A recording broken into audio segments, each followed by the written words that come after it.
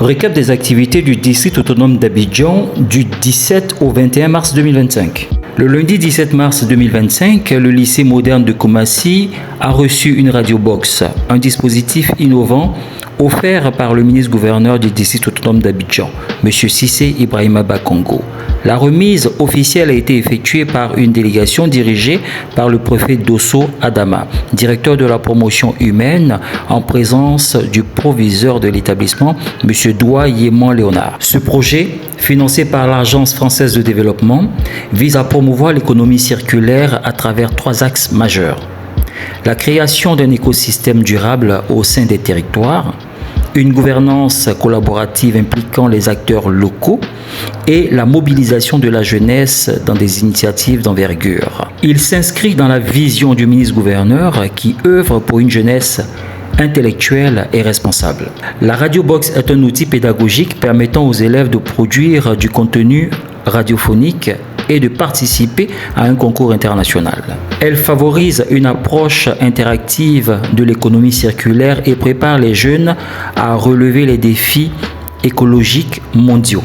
Plus qu'une innovation technologique, elle constitue un levier de sensibilisation et d'engagement pour un avenir durable.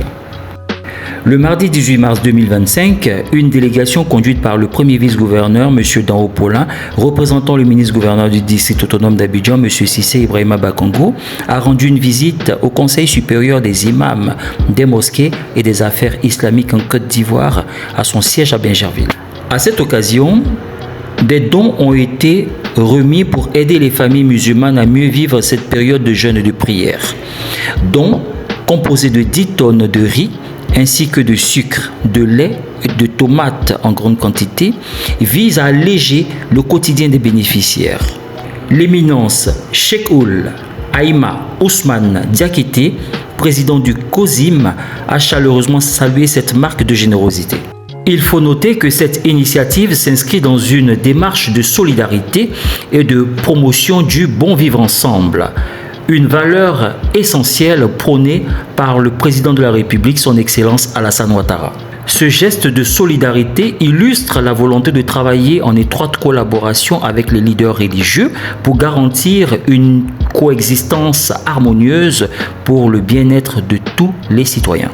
Le mercredi 19 mars 2025, Abidjan a connu un moment clé dans la modernisation de son réseau routier avec l'inauguration officielle de l'échangeur Akwaba, situé dans la commune de Port-Boué.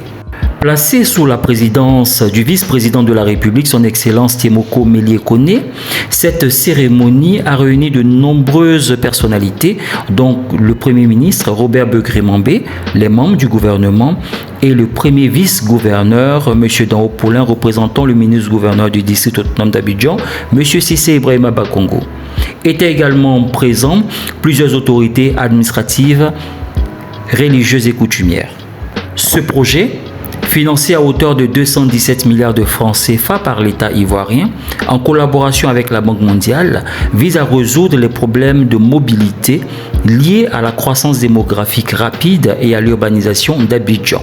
L'échangeur Akwaba est conçu pour fluidifier la circulation entre les différents quartiers de la ville, réduire les temps de trajet et faciliter les déplacements des milliers de travailleurs et d'usagers quotidiens, tout en répondant aux enjeux liés à la pression sur les infrastructures existantes.